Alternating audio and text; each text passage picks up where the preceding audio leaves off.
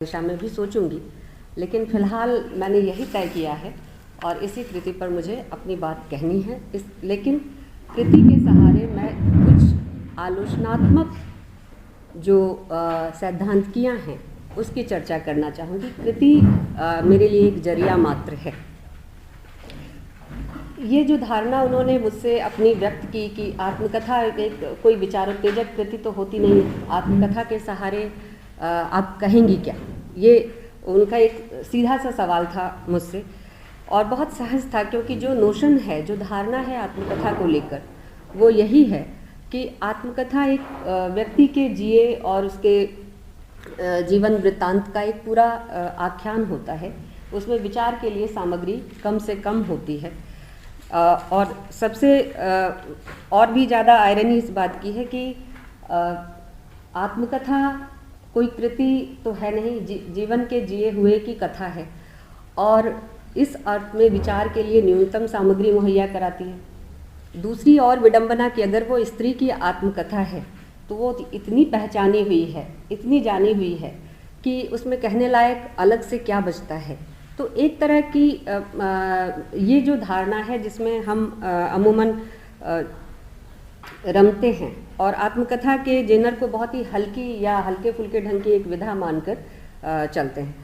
तो मुख्य धारा में जो आत्मकथा को लेकर चिंता है, आत्मकथा को लेकर जिस तरह से बातचीत की गई है, उसमें सबसे महत्वपूर्ण जो चीज़ आप देखेंगे वो ये है कि आत्मकथा किसी ऐसे व्यक्ति की हो जो कोई ना कोई सामाजिक उपलब्धि हासिल कर चुका हो या नेतृत्वकारी वर्ग से आता हो।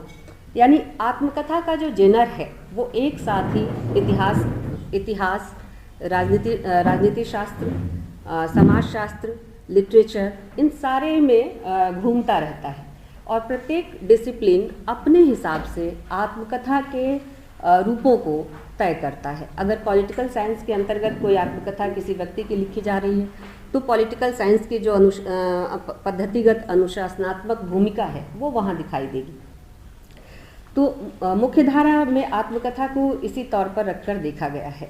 लेकिन एक दूसरा डिस्कोर्स बहुत गंभीरता के साथ उभर कर, जिसे आप कहें कि डिकंस्ट्रक्शन के साथ, पोस्ट मॉडर्निज्म के साथ उभर कर आत्मकथा के संदर्भ में आया है। और यह जो उत्तर आधुनिकतावाद है जिसने आत्मकथा के जेनर को अपने तमाम सैद्धांतिकियों के जरिए लगभग चुनौती दी है। आत्मकथा जिन चीज़ों पर टिकी होती है, अगर बिना उसका नाम लिए, बिना उन चीज़ों को व्याख्यायित किए, एक सीधे सरल अपने सिद्धांत के तौर पर विकसित एक कुछ टूल्स के जरिए आत्मकथा के जो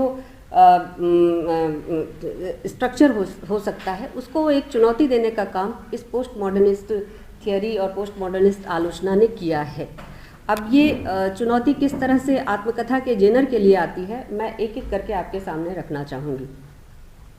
पोस्ट मॉडर्निज्म का सबसे महत्वपूर्ण सिद्धांत जो है उत्तर आधुनिकता का, वो है डेथ ऑफ हिस्ट्री, यानी इतिहास का अंत। और इसी के साथ जुड़ा हुआ दूसरा महत्वपूर्ण उसका जो हिस्सा है वह है डेथ ऑफ मैन, यानी मनुष्य का अंत। इसी का थोड़ा सा इसी को आगे बढ़ाएं तो तीसरा इसका एस्पेक्ट आता है डेथ ऑफ सब्जेक्ट, यानी विषय का अंत। और जब आप death of history, death of man, death of subject और इस तरह से इन सारी चीज़ों को खारिज करते हुए आगे बढ़ते हैं तो एक और सिद्धांत तक पहुंचते हैं जो पोस्ट मॉडर्निज्म का महत्वपूर्ण पाया है, वह है डेथ ऑफ मेटाफिजिक्स, यानी दर्शन का अंत। और इतिहास का अंत, मनुष्य का अंत, दर्शन का अंत और अंततः विषय का अंत, ये जो सैद्धांतिकियाँ हैं, अंत की जो खारिज करने वाली जो इतनी सारी इसके टूल्स हैं उत्तर आधुनिकतावाद के, सतह पर ये आत्मकथा के विरोध में खड़े नहीं दिखाई देते। अगर आप देखें तो आत्मकथा का कोई संदर्भ भी इनसे नहीं जुड़ता, क्योंकि इनकी अपनी एक ऐतिहासिक भौतिक परिस्थिति है जिसमें ये सारे सिद्धांत उभर कर आए थे। मुश्किल क्या है कि जब हम डेथ ऑफ मैन या डेथ ऑफ हिस्ट्री या डेथ ऑफ मेटाफिजिक्स कहते हैं तो उसमें जो उत्तर आधुनिकतावाद है वो जिस तरह से ऑपरेट करता है उसको समझने की ज़रूरत है, और वह किस तरह से आत्मकथा की विधा को ही खारिज करता है, और यह जो खारिज करने की प्रक्रिया है यह अंततः कैसे स्त्री आत्मकथाओं के पठन, पाठन और लेखन इन तीनों को प्रभावित करती है। क्योंकि स्त्री की जो लड़ाई है वो बुनियादी चीज़ों के लिए की जा रही लड़ाई है, और ये जो पोस्ट मॉडर्निस्ट थियरीज़ हैं ये लगभग उन्हीं चीज़ों की जड़ों में मट्ठा डालने का काम करते हैं। जैसे डेथ ऑफ जो मैन है या मनुष्य का अंत है, उसमें मोटे तौर पर अगर हम देखें तो उत्तर आधुनिकतावाद उन सारे सार तत्ववादी चीज़ों का निषेध करता है जो मनुष्य के साथ अनिवार्यतः जोड़कर उसका महिमा मंडन करती हैं। यानी एसेंशियलिज्म की जो धारणा है, अनिवार्यता मूलक सार तत्ववादी जो धारणा है, उसका एक तरह से निरस्तीकरण है उत्तर आधुनिकतावाद के इस सिद्धांत में। लेकिन ये सच है, गलत भी नहीं है कि जब मनुष्य का आख्यान बनाते हैं तो मनुष्य का कोई निसंग या निरपेक्ष आख्यान नहीं बनता। उसको काल्पनिक अर्थवत्ता के साथ जोड़कर, काल्पनिक महत्ता के साथ जोड़कर, काल्पनिक आख्यानों के साथ जोड़कर उसका महिमा मंडन करके ही हम मनुष्य को केंद्र में प्रतिष्ठित करते हैं। यानी जो उसकी भाषा के जरिए किसी भी अनुशासन में पोजिशनिंग है, उसका अवस्थीकरण है, वह अवस्थितीकरण एक तरह से अनदर पोजिशनिंग है, जो है उससे इतर एक भिन्न किस्म के मनुष्य की पोजिशनिंग है। यानी जो मनुष्य साहित्य में या किसी भी पद्धतिगत अनुशासन के क्षेत्र में दिखाई देता है, राजनीति विज्ञान हो या किसी भी अनुशासन के केंद्र में हो, वह मनुष्य वह नहीं होता जो वास्तव में है। प्रकृति के जो करीब जो उसका रिश्ता बनता है वो नहीं है, उससे ऐड ऑन करते हुए ही वह साहित्य या अन्य किसी भी अनुशासन में अपने को स्थित करता है। तो यह जो उत्तर आधुनिकतावाद है, इसकी सबसे बड़ी जो आपत्ति है वह मनुष्य के इस ऐड ऑन वाली भूमिका पर है कि आप उसमें बहुत सारा कुछ जोड़कर, बहुत सारे काल्पनिक अर्थों से उसे संवार कर और कुछ महान, कुछ विशिष्ट सा बनाकर किसी भी पद्धतिगत अनुशासन के केंद्र में प्रतिष्ठित करते हैं।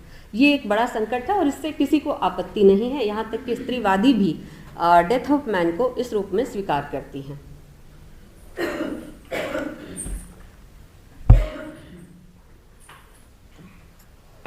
इसी तरह से अगर हम इतिहास का अंत वाले बिंदु को देखने की कोशिश करें तो इतिहास का आधार जिन विचारों पर टिका हुआ है या इतिहास का होना जिन चीज़ों पर, जिन आख्यानों पर टिका हुआ है, वो अंततः मनुष्य की कहानी बनाने का प्रोसेस है।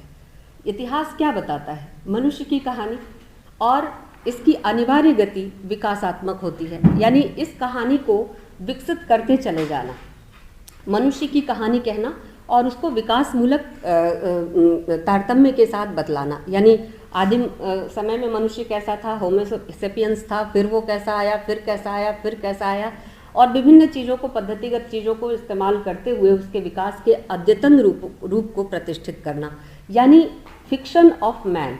इतिहास एक तरह से मनुष्य की कथा है, उसकी कहानी है, और यह कहानी मनुष्य के इस फिक्शन का विस्तार करने वाली है, इसको समेटने या संक्षिप्त करने वाली नहीं। ये फिक्शन बढ़ता ही चला जाता है और धीरे धीरे आप देखते हैं कि आज के समय में मनुष्य क्या है, हर चीज़, हर वस्तु, हर कठिनाई, हर चुनौती उसकी मुट्ठी में है, वो सब चीज़ का मालिक और नियंता है। तो ये कहानी जो मनुष्य के आख्यान से, उसकी कथा से शुरू होती है, वो अंततः मनुष्य के सभी चीज़ों पर, सारी विपरीतताओं पर, सारी बाधाओं पर, नियंत्रण पर जाकर समाप्त होती है।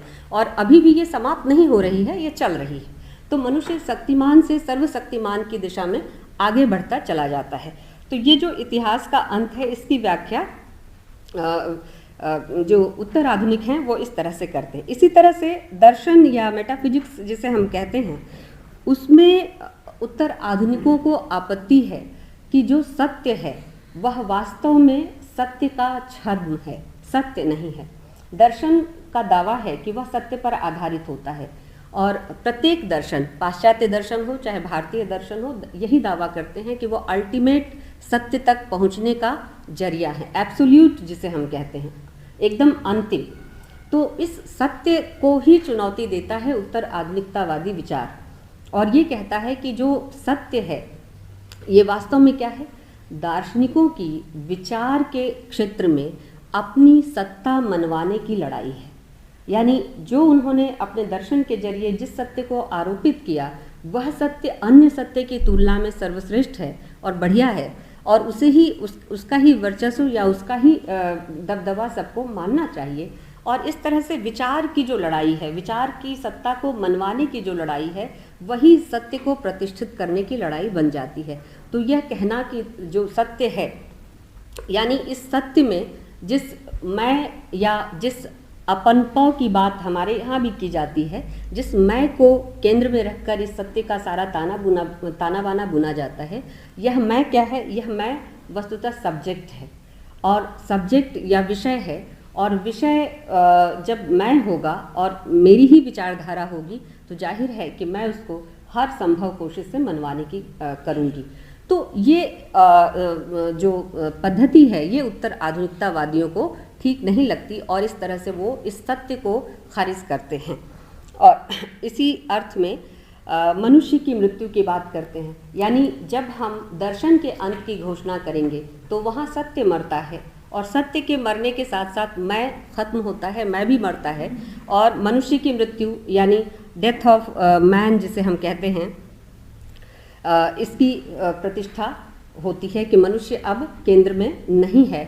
मनुष्य जो मुख्य धारा का, मनुष्य के इर्द गिर्द जो एडिशनल फिक्शन थे, उसकी एडिशनल छद्म चेतना थी, ये सारी चीज़ें धीरे धीरे झड़ती जाती हैं और मनुष्य एक निखालिस अलग अलग छिटपुट केंद्रों के तौर पर वहाँ स्वीकृत है। एक महाख्यान के तौर पर मनुष्य की कोई महान कथा वहाँ शामिल नहीं है। लेकिन ये जो स्त्रीवादी हैं ये डेथ ऑफ मैन को इस अर्थ में नहीं देखती। मैं ज़रा सा आपसे बात करना चाहूँगी कि अगर स्त्रीवादी ये मान ले कि इतिहास का अंत हो गया है, स्त्रीवादियों के लिए इन सारे अंतों का क्या मतलब है?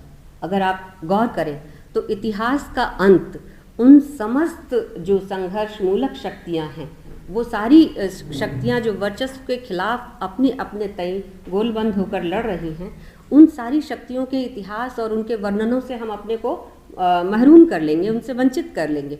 और इस अर्थ में स्त्री की लड़ाई के जो संदर्भ पीछे खोजे जा सकते हैं उससे हम अपने को वंचित रखेंगे।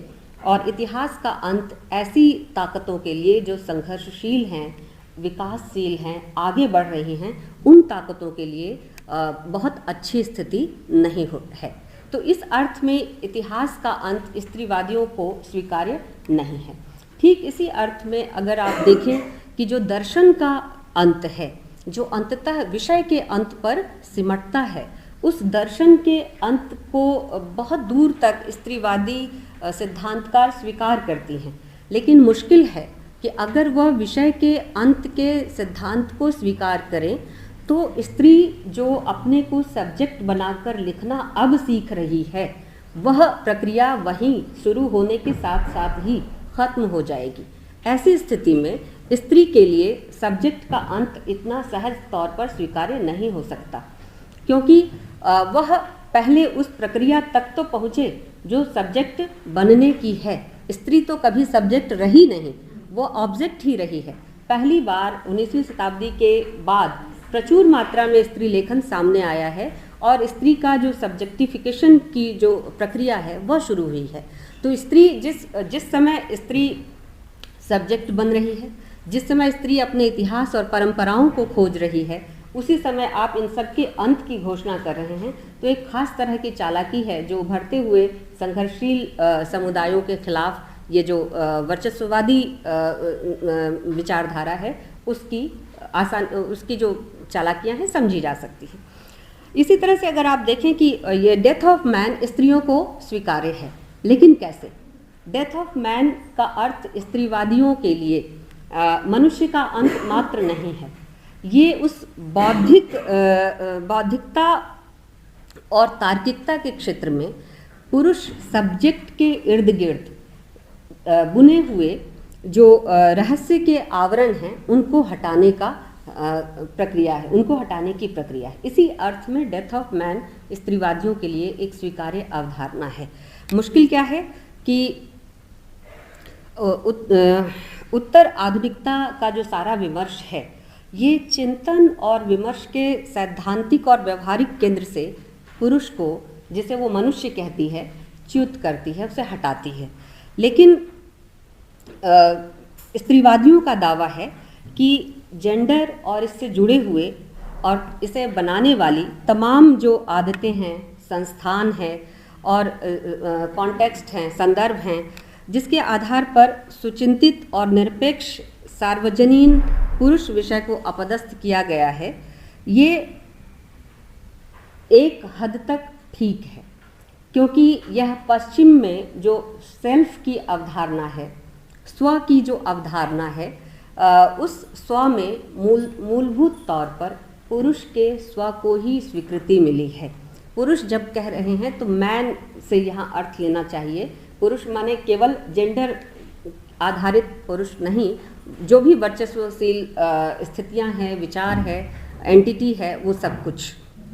और इस संदर्भ में सेल्फ का निर्माण जिन अनुभव और व्यक्तिगतता के जरिए होता है, उसकी यह अनदेखी करता है। यानी एक जब आप सेल्फ को विघटित मानते हैं, समाप्त हुआ मानते हैं, तो सेल्फ के बनने की जो प्रक्रिया है, जो उसकी एक सामाजिक, राजनीतिक और सांस्कृतिक प्रक्रिया है, स्व बनता है अपने पारिवारिक, सामाजिक, राजनीतिक और सांस्कृतिक विचारधाराओं से, उसके निर्माण की प्रक्रियाओं से। तो उस पूरी प्रक्रिया की अनदेखी करते हैं और आप स्व की मृत्यु की घोषणा करते हैं।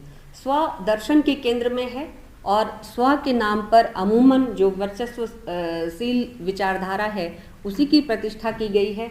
लेकिन फिर भी जो हाशिए पर पड़ा हुआ स्व है, वह और उसके निर्माण की प्रक्रिया जो सामाजिक, राजनीतिक और अन्य गतिविधियों के जरिए होती है, उसकी अनदेखी इसमें बराबर शामिल है। तो ऐसी स्थिति में जो अन्य और भिन्न स्व है, उस स्व से जो अन्य और भिन्न स्व है, उसकी अनदेखी की जाती है। तो स्त्रीवादियों को इस अर्थ में स्व की मृत्यु यानी सब्जेक्ट की मृत्यु भी स्वीकार्य नहीं है। अब इतनी भूमिका के बाद मैं थोड़ा सा पिंजरे की मैना के संदर्भ में बात करूंगी।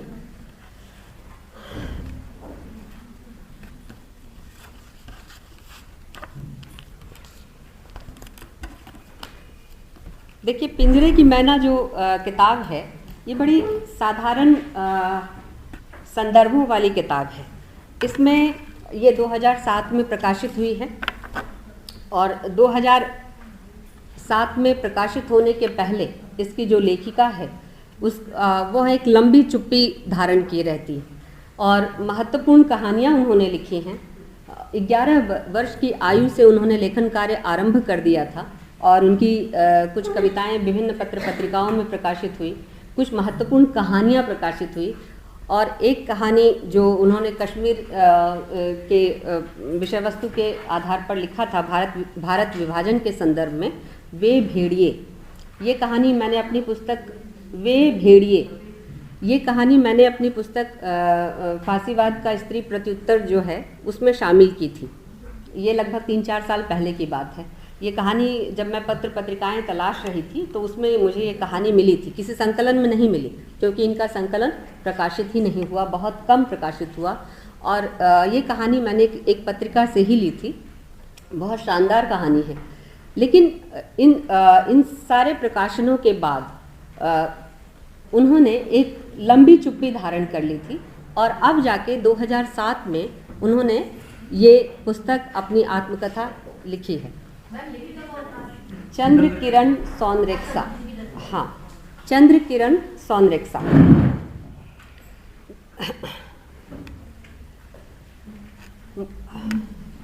इस कहानी में यानी इस आत्मकथा में आरंभ के जो बिंदु हैं वो 1857 से शुरू होते हैं। 1800, अगर इसके फलक की मैं मोटे तौर पर चर्चा करती हूँ, फिर मैं अपनी कुछ बातें आपके सामने रखूँगी।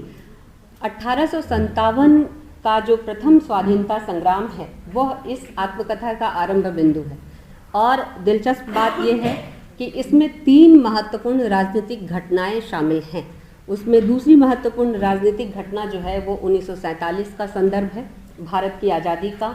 और तीसरी महत्वपूर्ण राजनीतिक घटना जिस पर लेखिका की अपनी प्रतिक्रिया भी इस पुस्तक में शामिल है, वह है बाबरी मस्जिद का विध्वंस। और ये 3 महत्वपूर्ण राजनीतिक घटनाओं के संदर्भ के साथ इस पुस्तक का फलक अगर आप देखें तो 1857 जो आज़ादी की पहली लड़ाई थी और 1947 जब हम आज़ाद हुए और उसके बाद का पूरा दौर जो शरणार्थी कैंपों और हिंसात्मक गतिविधियों से भरा अटा पड़ा है, उसका पूरा दौर इस आत्मकथा में शामिल है। यानी कहने को यह स्त्री आत्मकथा है। और चंद्रकिरण सौंदरक्सा की जो अपनी धारणा है आत्मकथा को लेकर, यदि हम उसको आपके सामने रखें, लेखिका ने कोशिश की है, ये पहली किताब है, कई आत्मकथाएं इस बीच लेखिकाओं की आई हैं, लेकिन ये पहली किताब है जिसमें आत्मकथा के संदर्भ को और आत्मकथा की परिभाषा को बतलाने की कोशिश की गई है लेखिका की तरफ से।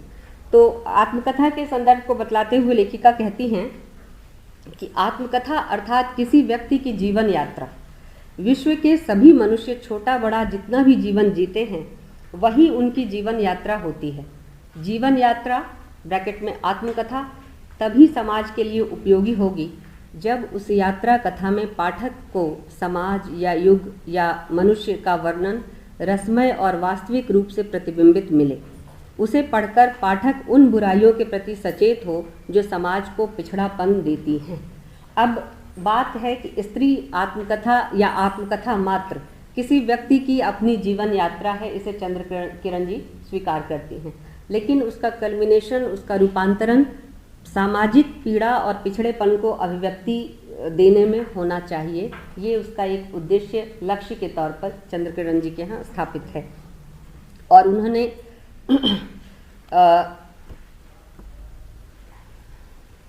75 साल का लेखन काल, यानी 2007 1931 में इन्होंने अपनी पहली रचना लिखी थी और 2007 जब ये पुस्तक प्रकाशित हुई, 75 साल का जो रचना कर्म है वो 86 साल की उम्र में चंद्रकिरण सौंदरक्सा हमारे सामने प्रस्तुत करती हैं। एक जाहिर है कि यह जो आत्मकथा है एक अनुभव सिद्ध और काफ़ी दुनियादार महिला की आत्मकथा है। मुझे इस आत्मकथा को पढ़ते हुए मैंने जब किताब आई थी तब भी पढ़ी थी, लेकिन अभी दोबारा पढ़ी और संयोग से एक और किताब जो आत्मकथा की ही है, जिसका संपादन और अनुवाद दोनों मैंने किया है, ये रास सुंदरी दासी हैं, रास सुंदरी दासी, और इनकी किताब का नाम है मेरा जीवन। इसी नाम से इस बार बुक फेयर में ये किताब रिलीज़ हुई है। तो संयोग से दोनों आत्मकथा पढ़ते वक्त मैंने उस आत्मकथा जो रास सुंदरी दासी की आत्मकथा है उसकी भूमिका ज्योतिन्द्रनाथ ठाकुर, रविन्द्रनाथ ठाकुर के बड़े भाई ज्योतिन्द्रनाथ ठाकुर ने लिखा और वो ड्रामेटिस्ट थे, नाटककार थे, और बहुत छोटी सी भूमिका लिखी और उसमें उन्होंने एक महत्वपूर्ण पंक्ति लिखी कि इस किताब को पढ़ते वक्त मैं हमेशा ये सोचता रहा कि ये एक स्त्री की लिखी हुई कथा है और स्त्री की लिखी हुई कथा को पढ़ना, इस कौतूहल के साथ उन्होंने किताब पढ़ते वक्त एक पेंसिल साथ रख ली कि कुछ महत्वपूर्ण पंक्तियाँ आएंगी तो मैं उसे मार्क करता चलूँगा, और जब किताब ख़त्म की तो लगभग सारी किताब रंगी हुई थी। तो ये बहुत ज्योतिन्द्रनाथ ठाकुर कोई आलोचक नहीं थे, हम आप जैसे मास्टर भी नहीं थे। वो समाज के उस उन्नयन के लिए उस वक्त इस तरह के कुछ नाटक किया करते थे। रविन्द्रनाथ ठाकुर के बड़े भाई थे और आप ये जानिए कि रास सुंदरी की आत्मकथा के प्रकाशन के 20 वर्ष बाद उन्होंने खुद अपनी आत्मकथा लिखी और वो हिंदी में एनबीटी वालों ने छापी है, उपलब्ध है। लेकिन मेरे कहने का अर्थ ये है कि इन दोनों आत्मकथाओं को पढ़ते वक्त संयोग से दोनों ही महिलाएं बुजुर्ग हैं। वो 88 वर्ष की उम्र में रास सुंदरी ने अपनी आत्मकथा लिखी थी, एक अनपढ़ अशिक्षित महिला जो खुद लिखना पढ़ना सीखती है और अपनी आत्मकथा लिखती है, और आत्मकथा लिखने को लेकर उसके पूरे एक एक पहलू को लेकर वो अत्यंत चौकन्नी है।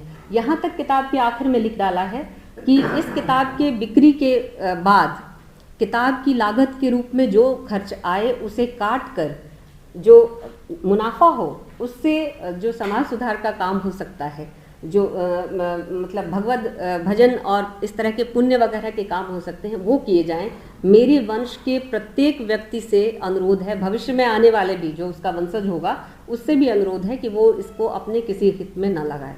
तो ये जो चेतना है एक अनपढ़ स्त्री का, जिसने खड़िया से अपना लेखन सीखना शुरू किया जो हो, तो 88 वर्ष की वो और 86 वर्ष की ये चंद्रकिरण सौंदर्यसा, इन दोनों की आत्मकथा पढ़ते वक्त एक बहुत सीधी सी चीज़ साफ तौर पे दिखाई देती है कि इसमें उच्छलता या जिसे आप भावोच्छलता कहते हैं वो कहीं नहीं है। बहुत ही स्थिर भाव से, सुचिंतित भाव से, ठहरे हुए तरीके से ये आत्मकथा लिखी गई है। लेकिन कुछ ऐसी चीज़ें हैं जो हम इस आत्मकथा के जरिए जिसके संदर्भ में आपसे बात करना चाहते हैं।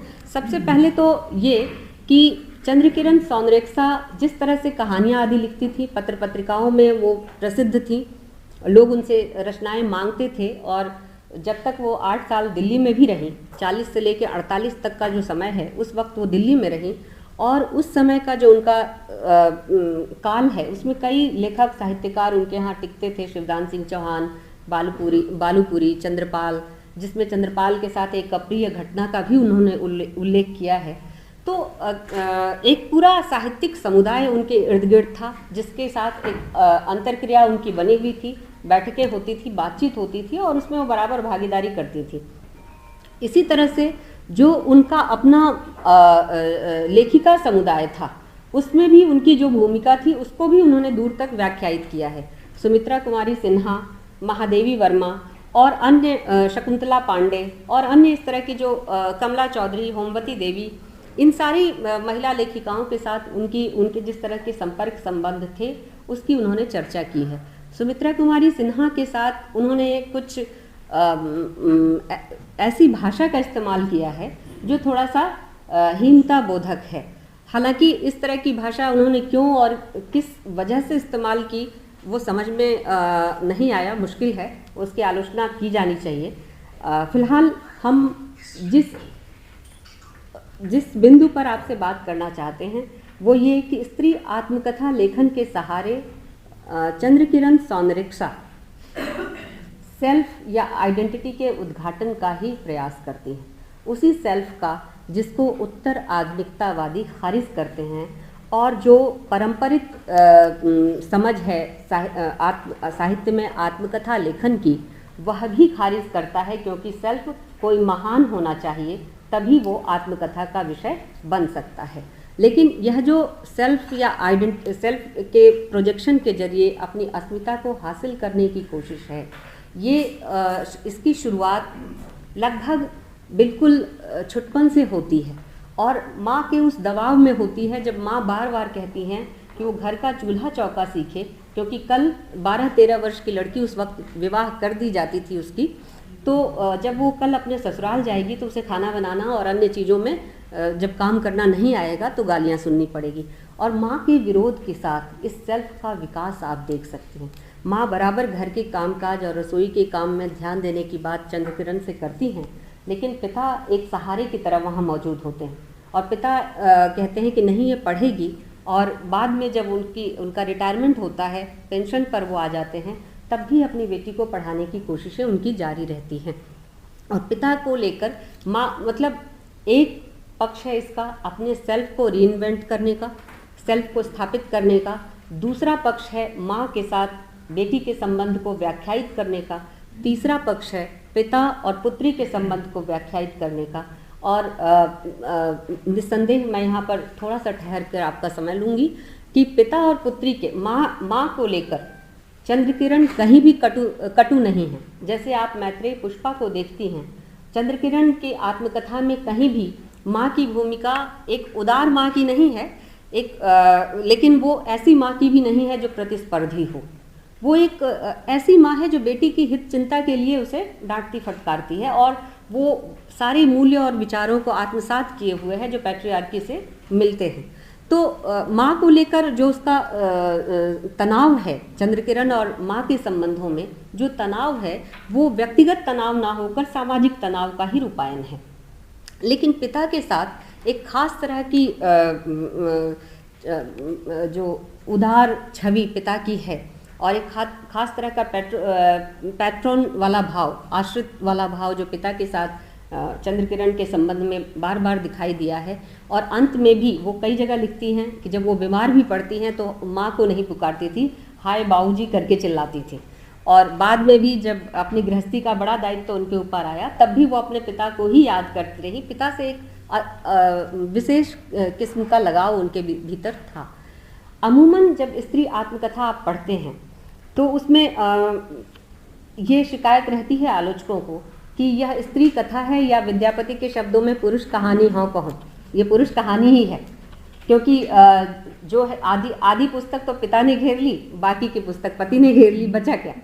तो ये पुरुष कहानी ही हो गई, स्त्री कहानी तो रही नहीं। लेकिन जरा सा इसको थोड़ा सा हमें खोल कर देखना चाहिए। मैं एक कहानी के जरिए इसको समझाने की कोशिश करूंगी। क्लेरिस लिस्पेक्टर एक ब्राज़ीलियन लेखिका हैं। क्लेरिस लिस्पेक्टर ब्राज़ीलियन लेखिका हैं। इनकी कुछ कहानियाँ बड़ी प्रसिद्ध हुई। इन्होंने एक बहुत अच्छी कहानी लिखी, Sunday before falling a slip, यानी रविवार सोने से पहले। और उस कहानी में एक ऐसे परिवार का जिक्र है जिसमें एक पत्नी, पति और एक छोटा बच्चा है, नन्हा बच्चा है। और वो अति आधुनिक समाज में रह रहे हैं जहाँ सोशल इंटरेक्शन बिल्कुल नहीं है। ऐसे समाज में रहने वाले उस बच्चे का मन हमेशा उदास रहता है क्योंकि पिता काम पर चला जाता है, माँ अपने घर की उलझनों में व्यस्त रहती है, बच्चा क्या करे। तो वैसे में एक शाम जब पिता लौटता है शनिवार को, तो वह अपने बेटे के साथ बातचीत करते हुए उसे एक शब्द उपहार में देता है। वो जादुई शब्द होता है और वो शब्द है ओवो माल्टिन। ओवो माल्टिन ये शब्द विदेशी है, बोलने में टेढ़ा है और बच्चे को थोड़ी कठिनाई होती है सीखने में। लेकिन पिता बताता है कि बच्चे ये जादुई शब्द है, ये कुछ वैसा ही है जैसे खुल जा सिम सिम। और आप जब इस शब्द के सहारे नक्शा रखकर आप जहाँ चाहो चले जा सकते हो। तो बच्चा ये अनुभव करता है, उसे बड़ा मज़ा आता है।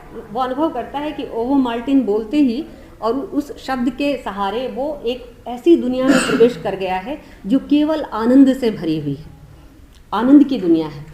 और इस तरह से वहाँ वो जी भर के आनंद करता है, मज़े करता है। वो अमेरिका पहुँच जाता है और भी जहाँ जहाँ उसकी इच्छा होती है जाता है और पुनः लौटकर घर आता है। और इस दुनिया में मतलब जब वो सारा खेल कर रहा होता है, घर में माँ भी होती है, लेकिन माँ वैसे ही होती है जैसे संगीत में लय होता है। और लय की तरह माँ है, सब जगह है माँ, बच्चे के साथ है, बच्चे को खाना देते वक्त हर तरह से है, लेकिन कहीं नहीं है।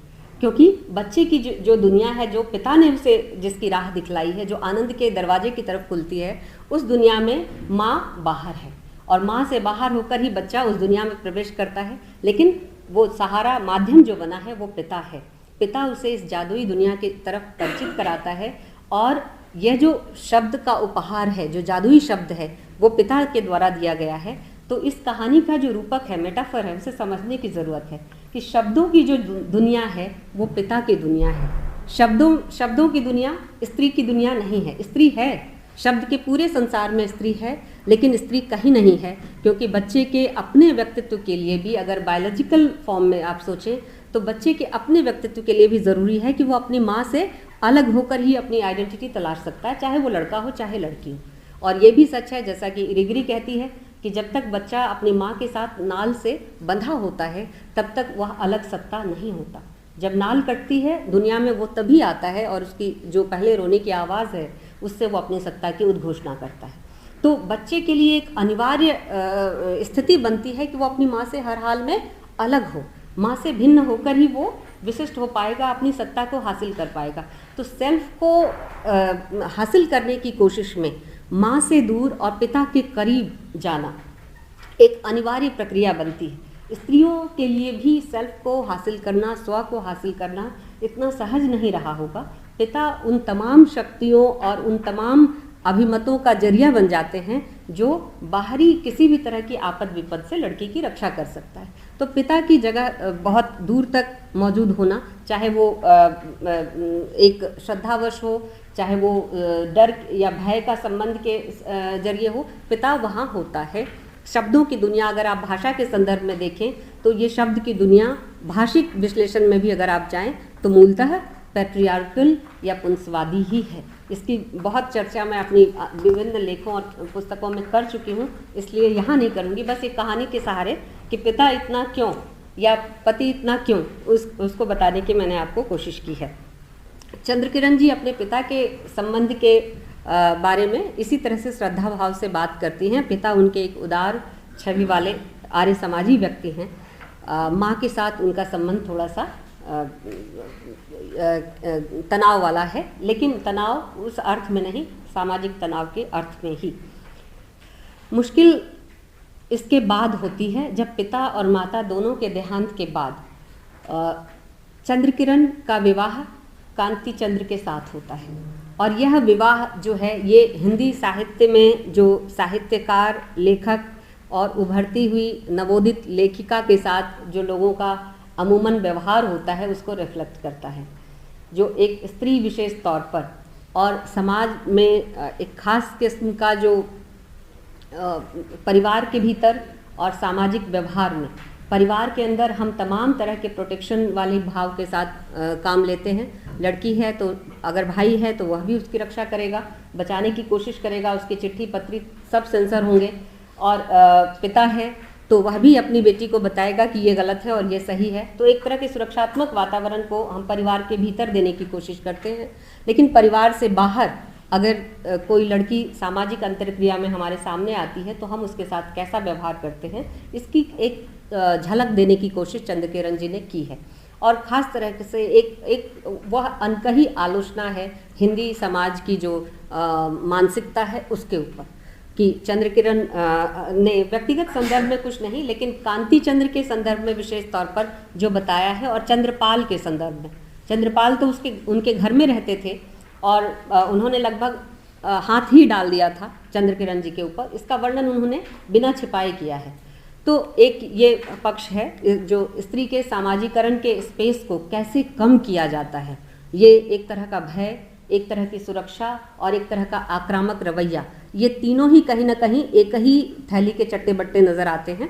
और स्त्री के सोशल स्पेस को, उसके सामाजिक स्पेस को, जो उसकी लड़ाई है, उसकी आइडेंटिटी की लड़ाई है, उस स्पेस को हासिल करना, उस स्पेस में अपने को बनाए रखना उसके अस्तित्व की लड़ाई है। लेकिन उस स्पेस पर हमले किस तरह से और किन कोनों से आते हैं उसको बताने की कोशिश चंद्रकिरण जी ने की है।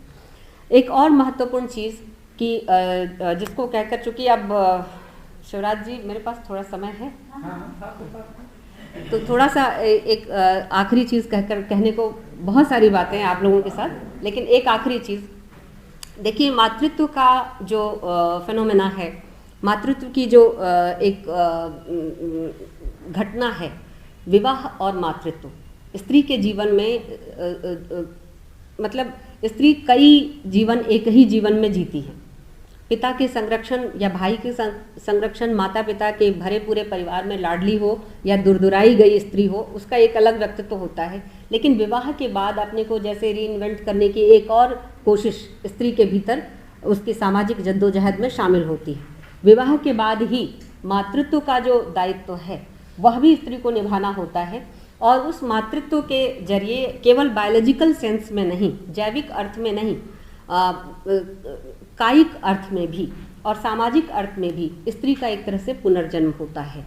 और पहले के जो संसाधन थे, अगर आप उसको गौर करिए, क्योंकि 1931 से इन्होंने लिखना शुरू किया, उस वक्त इनकी उम्र मात्र 11 वर्ष की थी। 1920 में इनका जन्म हुआ था। आप सोच सकते हैं कि 1920 में जन्मी स्त्री, जबकि स्त्री के लिए जो अभी सामाजिक जो और चिकित्सकीय जो सुविधाएं अभी के दौर में मौजूद हैं वो उस वक्त नहीं रही होंगी। और हर स्त्री के लगभग 12 और 11, 5, 6 बच्चे, उसमें से कुछ जिंदा और कुछ मर जाते थे, ऐसे रहे हैं। तो चंद्रकिरण जी भी उससे अछूती नहीं है। वो अपने परिवार में अन्य महिलाओं का वर्णन करती हैं आरंभिक हिस्से में। तो एक दादी का जिक्र करती हैं, और 2-2 स्त्रियां रखना बड़ा आम बात उस समय थी। तो एक दादी का जिक्र करती हैं जिन दादी की चेहरे तक को उनके दादाजी ने नहीं देखा था, और वो 3-3 बच्चों की माँ बन गई थी। और दिन में वो लंबे लंबे घूंघट काटती थी, और दादाजी उनके चेहरे तक को नहीं जानते थे, अगर वो सामने पड़ जाएं तो पहचान भी ना सकें। इस स्थिति का जिक्र चंद्रकिरण जी ने किया है। स्वयं चंद्रकिरण जी 5 बच्चों की माँ बनी, और उसमें से पुत्र शोक भी उनको झेलना पड़ा, गर्भ भी नष्ट हुआ। इन सारी चीज़ों का बड़ा विस्तार से मैं इस किताब को पढ़ रही थी और मुझे 1872 में लिखी हुई राजसुंदरी पता नहीं क्यों बार बार जैसे झलक मारना होता है। क्योंकि हमारे यहाँ नवजागरण का जो दौर है वो बहुत लेट आया। बंगला में गद्य का विकास जो है वो कई स्थितियों को सुनिश्चित करता है। जिस भाषा में गद्य का विकास जितना पहले हुआ है उस भाषा में विचार के सृजन की प्रक्रिया भी पहले आरंभ हो चुकी। तो 1872 और 1920 की रचना में समय का अंतराल ज़रूर है, लेकिन घटनाओं का और स्थितियों का बहुत बड़ा पार्थक्य नहीं है, जीवन का भी नहीं। स्त्री जीवन का एक बड़ा हिस्सा। चंद्रकिरण गर्भवती हैं, उसी स्थिति में वो कश्मीर जाती हैं, उसी स्थिति में वो रेडियो पर नौकरी करने जाती हैं और उसका जिस तरह से वो वर्णन करती हैं, वास्तव में बहुत जगह उसने घेरा है इस वर्णन ने इस किताब में। लेकिन उसको समझने की ज़रूरत है कि स्त्री के लिए मातृत्व जो है वो केवल एक कायिक अनुभूति मात्र नहीं है, न ही वो केवल कामुक अनुभूति है। आप उसे सेक्सुअल या बॉडीली एक्सपीरियंस के तहत रिड्यूस नहीं कर सकते। स्त्री के लिए वो एक पूरा प्रोजेक्ट है, पूरा प्रकल्प है जो उसके जीवन, उसके दैनंदिन कार्य व्यापार और उसके भविष्य की योजनाओं तक को प्रभावित करता है। तो इस तरह से ही मतलब मातृत्व को मैंने इस पुस्तक को पढ़ते वक्त मैंने कई चीज़ें स्त्री सैद्धांतिकी पर काम करते वक्त देखी थी, लेकिन वहाँ मैंने एक खास तरह का मातृत्व को लेकर खास तरह का नज़रिया देखा जो चंद्रकिरण की किताब में नहीं है। मातृत्व को लेकर न तो ये केवल कायिक स्तर पर उसकी बात करती हैं, न ही उसे केवल कामुक स्तर तक सीमित कर देती हैं, बल्कि वो एक पूरे इनके जीवन व्यापार को प्रभावित करता है। बच्चे को लेकर जो इनका लगाव है, पति की भूमिका क्या है, बच्चे के अपब्रिंगिंग में पति की जो भूमिका है वो इतनी है कि वह छोटे बच्चे को घंटों खिला सकते थे और उसके टट्टी पखाने पेशाब इत्यादि से परेशान नहीं होते थे। लेकिन इसके अलावा बच्चों के लिए उनका और किसी तरह का प्यार या किसी तरह की उनकी भूमिका बच्चों के लिए वो समझ में नहीं आती, बल्कि शाम के वक्त होते होते वो अपने और कई दोस्तों को बटोर कर ले आते थे जिनका खाना बनाना और अचानक से आज्ञा देना कि ये सारे के सारे खाएंगे और कम संसाधनों में हम ये चंद्रकिरण जी का उन सब के लिए खाना तैयार करना, खुद लग के सारे काम करना और 15 रुपए की नौकरी के लिए किस तरह से यहाँ सब्जी मंडी तक आना। यहाँ एक स्कूल था जिसमें वो पढ़ाती थी, तो इस सब्जी मंडी तक आना और ये सारी प्रक्रिया का उन्होंने विशद वर्णन किया। तो स्त्री का मातृत्व या मदरहुड जो एक बहुत महत्वपूर्ण सवाल है, उसको लेकर चंद्रकिरण का एक भिन्न रवैया है। ये कायिक या कामुक दोनों नहीं है, एक खास तरह के जो जैसे अस्तित्व का ही एक हिस्सा हो, इस तरह से इसको वर्णित किया गया है। मैं आज यहीं तक रहने देना चाहूँगी। बाकी एक चीज़ और आखिरी, इस किताब का नाम है पिंजरे की मैना। किताब का नाम है पिंजरे की मैना। आप सोचिए कि आपने मैना का जिक्र किन अर्थों में सुना है।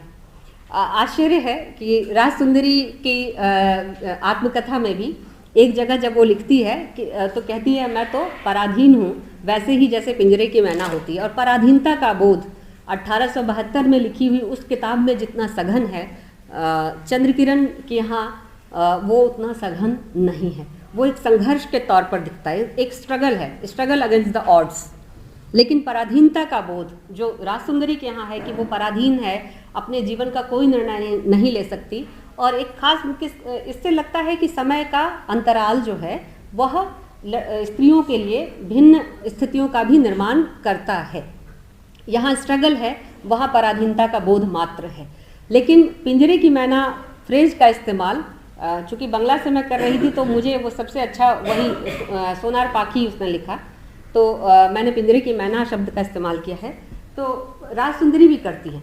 एक और आपने बहुत ही पॉपुलर गाने में पिंजरे की मैना का उल्लेख सुना है, हाँ, चलत मुसाफिर मोह लियो रे, है ना, पिंजरे वाली मैना। तो अगर ये किस चीज़ का फ़र्क है, गेज का फ़र्क है, दृष्टि का फ़र्क है, जिसे आप मेल गेज और फीमेल गेज कहते हैं, ये दृष्टि का फ़र्क है। आप देखिए, स्त्री आत्मकथाओं के शीर्षक देखिए और पुरुष आत्मकथाओं के शीर्षक देखिए, मिलान करिए और आप बहुत ही इंटरेस्टिंग नतीजे पर पहुंचेंगे। गांधी जी से शुरू करिए और मन्नू भंडारी तक आ जाइए। सत्य के साथ प्रयोग। स्त्री कही नहीं सकती कि वो सत्य के साथ प्रयोग करेगी, क्योंकि सत्य उसका है नहीं। मुड़ मुड़ के देखता हूँ, मुड़ मुड़ के देखता हूँ, इसके साथ जो परंपरा, इतिहास में अपनी अवस्थिति, हाँ, और ख़ास तरह की पहचान, उससे लड़ते हुए, और अंत में आपने क्या बताया, अपनी धरती अपने लोग, या गर्बीली गरीबी वह, ठीक है, अपनी धरती अपने लोग। आप स्त्री के लिए क्या अपनी धरती और अपने लोग अलग अलग हो सकते हैं? नहीं हो सकते। जो उसकी धरती है वही उसके लोग भी हैं। इसी तरह से गर्बीली गरीबी वह, स्त्री के लिए गरीबी का क्या अर्थ है? अगर उसे सामाजिक संदर्भों में समझें तो आपको इस शीर्षक को, इसकी जो पुंसवादी चेतना है उसके ऊपर आपको क्षोभ होगा। स्त्री के लिए गरीबी उसके अस्तित्व को लीलने वाली चीज़ है, और कई बार वह नहीं रहती जो उसे होना चाहिए था। तो गरीबी की बात, अगर इसी तरह से आप पिंजरे की मैना देखिए, जो पराधीनता बोध है, और इन्होंने अपने लिए पिंजरे की मैना फ्रेज का इस्तेमाल किया, शीर्षक ही रखा इसका। और पुरुष संदर्भों में, अगर लोकप्रिय जो गाने के संदर्भ में अगर आप देखें तो पिंजरे की मैना मन को मोहती है। यहाँ ये मन को मोहने वाली मैना नहीं है, ये स्ट्रगल करके संघर्ष से आगे बढ़ने वाली स्त्री है, उसकी कहानी है, और कैसे जो सोशल ऑब्स्टिकल्स हैं वो उसके रास्ते की बाधा बनते हैं। ये एक दिलचस्प नतीजा हो सकता है अगर आप केवल टाइटल्स का ही मिलान कर दें। ठीक, थैंक यू।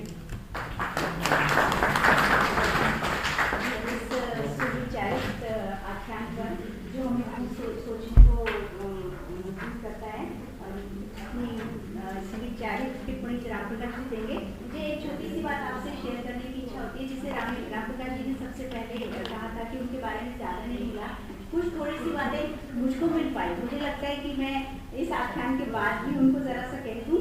जैसा कि मैडम ने भी कहा कि 1920 में उनका जन्म हुआ, मई 2009 में उनकी मृत्यु हो गई। यह कृति 2007 में आई थी।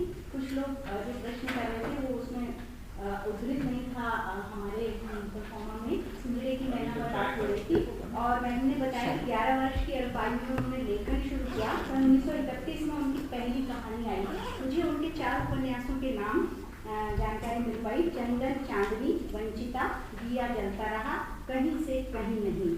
और ये भी मैं जानकारी में पा सकी कि 7 कहानी संग्रह उनके भी आए हैं, और सन 46 में पहला संग्रह आया था जिसका नाम था आदमखोर, और 300 कहानियाँ उन्होंने लिखी। बाल साहित्य और नाटक भी रचे उन्होंने।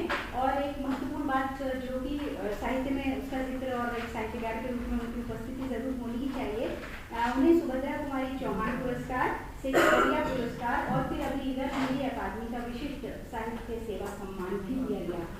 तो राम प्रकाश जी को मैं फिर आमंत्रित करती हूँ।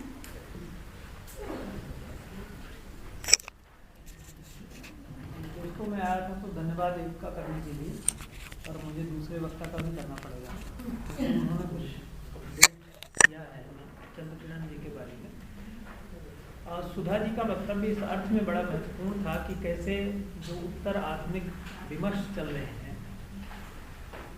उनमें किस तरह की समस्याएं हैं और किस तरह की चुनौतियों से ये जो दोनों विमर्श, हालांकि उन्होंने चर्चा केवल स्त्री विमर्श की, लेकिन दलित विमर्श भी उन्हीं चुनौतियों से गुजर रहा है। तो हमें कहाँ सावधानी बरतनी है और किस तरह से रचनाओं के मूल्यांकन करते हुए किस तरह से उन पर बातचीत करनी है। और बहुत कुछ बड़े महत्वपूर्ण फ्रेज उन्होंने दिए कि जैसे मातृत्व स्त्री का संपूर्ण प्रकल्प है। मैं इसे कहीं लिखना चाहूँगा या इसको अपने कोश में रखना, संचित करना चाहूँगा। हाँ, कहीं भी। और इसी तरह से उन्होंने उस खतरे की ओर भी संकेतित किया जहां उन्होंने कहा कि स्त्री के सामाजिक सोशल स्पेस को लगातार कम करने की कोशिशें होती रही हैं। आप जब किसी स्त्री आत्मकथा को पढ़ें या स्त्री रचनाओं को पढ़ें, महिला कथाकारों को पढ़ें, महिला संबंधी लेखन को पढ़ें, तो ये ढूंढने की कोशिश लगातार करें कि सोशल स्पेस कहाँ कहाँ कम हुआ है। और इसी तरह से शब्दों की दुनिया पिता की दुनिया है। ये जहाँ से भी मिला हो, पर इसे मैं याद रखूँगा कि शब्दों की दुनिया पिता की दुनिया है। अक्सर मैं कहा करता हूँ कि जब पुरानी कथाओं में हम जाते हैं तो तमाम कथाओं में मिलता है कि एक गांव में एक गरीब ब्राह्मण रहता था, यानी ब्राह्मण कभी अमीर नहीं था। तो शिवराज जी से इस पर चर्चा होगी कि कैसे ब्राह्मण हमेशा गरीब ही रहा, अमीरी उसके बारे में कहीं लिखा नहीं मिलता कि वो अमीर भी था, और वो इतना शोषण कैसे कर पाया, शिवराज जी से बताएंगे। सुधा जी के इस महत्वपूर्ण वक्तव्य के लिए मैं उन्हें उनका आभार प्रकट करता हूँ, उनका धन्यवाद देता हूँ। कुछ जो महत्वपूर्ण फ्रेज उन्होंने हमें दिए उसका मैं निजी तौर पर भी आभारी हूँ। और विजय सती मैडम का, जो मेरी शिक्षिका भी रही, मेरी गुरु रही हैं, मैंने उनसे काफ़ी सीखा है। जो आज उन्होंने ये जानकारी दी और जो अपडेट किया, मैं उसके लिए उनका भी शुक्रिया अदा करता हूँ। बहुत बहुत धन्यवाद। चाय की बात करें।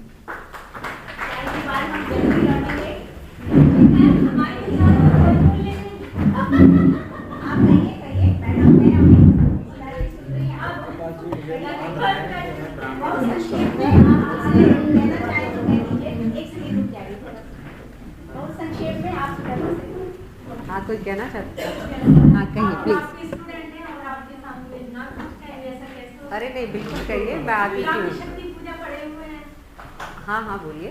तो मैम मैं कहना चाहती हूँ कि शब्दों की दुनिया, पिता की दुनिया, जो एक बहुत बड़ा वर्ग है, ये हमारे जो लेक्चरर, डॉक्टर, इंजीनियर है, यहाँ शायद अभी भी भूमिका निभाती हो, लेकिन जो बहुत बड़ा वर्ग है, बाप शराब पी के आता है, दिन भर की कमाई का, या फिर कमाता ही नहीं, आगे घर में देता रहता, माँ बर्तन मांज कर, सफाई कर करके बच्चों को पढ़ाती है और उसे कहती है कि तू इस पे मत जाना, और वो बच्चा उन पे नहीं जाता। वो किसकी दुनिया है?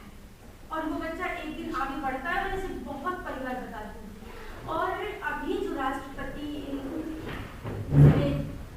26 जनवरी के उपलक्ष्य में कुछ बच्चों को जो राष्ट्रीय पुरस्कार मिलता है, बाल बच्चों, हाँ, तो उसमें सबसे छोटी बच्ची घुमंती खोई थी, आप सबने देखा है। उसका जब इंटरव्यू हुआ, उसने कहा कि मैं डॉक्टर बनना चाहती हूँ, क्योंकि my mother is also doctor. ये किसकी शब्दों की? मैम अब वो चीज़ नहीं रही। हाँ, पहले जरूर थी, क्योंकि पुरुष की ही प्रधानता थी और उसकी ही शब्दों की दुनिया चलती थी और माँ की अपनी कोई अस्तित्व नहीं था। लेकिन आज उसका अस्तित्व है और वो अपने बच्चों पे छाप छोड़ रही है। और मेरे अपने गाँव के परिवार में कि बाप की अलग राय है और उसकी कोई एक गुण भी बच्चे ने नहीं लिए, और ये बहुत अच्छी बात हुई। अगर वो ले लेते तो बर्बाद। चलिए देखिए, अच्छी बात है। आप, मैंने जो संदर्भ कहा वो भिन्न है, आपने जो कहा बिल्कुल अलग बात है। मैंने जो कहा वो शायद मैंने बहुत संक्षेप में कहा, इसलिए बहुत स्पष्ट नहीं हो सका हो। उसका कारण ये था कि मैं मान के चलती हूँ कि मैंने इतना लिखा होगा है, शायद कुछ आप लोगों ने तो देखा ही होगा, और मैं रिपीटेशन में नहीं जाना चाहती थी। तो शब्दों की दुनिया इस अर्थ में मैंने कहा पिता की दुनिया को, क्योंकि जो भाषा है, भाषा का संदर्भ है सिर्फ उससे जुड़ा हुआ। भाषा हमारी सारी सामाजिक, सांस्कृतिक, राजनीतिक गतिविधियों का केंद्र है। अब मैं आपको सिर्फ एक उदाहरण दूंगी। अगर आप कोई भी, आप में से सबसे मेरा करबद्ध निवेदन है कि उसे अन्यथा न लें, क्योंकि मैं किसी भी तरह की बहस और विवाद से बचना चाहती हूँ, हमेशा मेरी कोशिश रहती है। जिसे आप मेरे व्यक्तिगत दोष कहें, जो भी कहें। एक उदाहरण दूंगी, इस संडे का जनसत्ता उठा लीजिए। मैं उस लेखक को बहुत ज़्यादा व्यक्तिगत तौर पर नहीं जानती। जनसत्ता में एक सुधीर चंद्र के टिप्पणी के खिलाफ एक टिप्पणी लिखी हुई है। आप भूल जाइए कि किसकी लिखी हुई है और किसके खिलाफ लिखी हुई है। आप उसे जरा पढ़िए और तब आपको समझ में आएगा कि जो भाषा का संदर्भ है वो कैसे पुरुष वृत्त का निर्माण करता है। उसमें जिस तरह के मैंने अंडरलाइन कर रखे हैं और मुझे फुर्सत मिली तो मैं लिखूंगी भी, लेकिन मैं सिर्फ आपको बता रही हूँ जैसे जिन शब्दों का इस्तेमाल है, आप गौर कीजिए। वहाँ जवानी भरे दिन में विधवा हो गई, जवानी भरे दिन में, ये इस तरह के फ्रेजेस हैं वहाँ।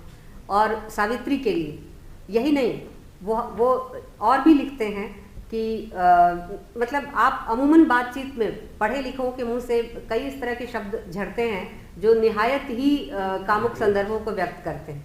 और वो कामुक संदर्भ व्यक्त करना कोई बुरी बात नहीं है। मुश्किल क्या है कि सिर्फ एक ही जेंडर के वो सारी चीज़ें अभिव्यक्त होती हैं और वो वर्चस्व के लिहाज से अभिव्यक्त होती हैं। स्त्रियां वो नहीं कर पाती। स्त्रियां वो शब्द नहीं बोल सकती। तो मैंने उस अर्थ में भाषा की जो दुनिया है, अभी तक चूंकि वैसा कोई सचेत प्रयास नहीं हुआ है, कोशिश है। जाहिर है कि जब शिक्षा है, परिवर्तन है, सोच और विचार में हम लोग लगातार बहस मुबाहिसा कर रहे हैं, तो हम में से जो लोग थोड़ा भी सचेत होंगे वो उन शब्दों और उस तरह की भाषा का इस्तेमाल नहीं करेंगे। तो शब्द की दुनिया बदलेगी। शब्द की दुनिया पिता की दुनिया का है। इसका अर्थ ये नहीं है कि ग्रामर और बाकी सारी चीज़ें पिता की हैं और स्त्री इस्तेमाल नहीं करती। स्त्री इस्तेमाल करती है, लेकिन ग्रामर से इतर जो अर्थ है वह कहीं ना कहीं इसी सामाजिक सांस्कृतिक बनावट को अभिव्यक्त करता है। ठीक है।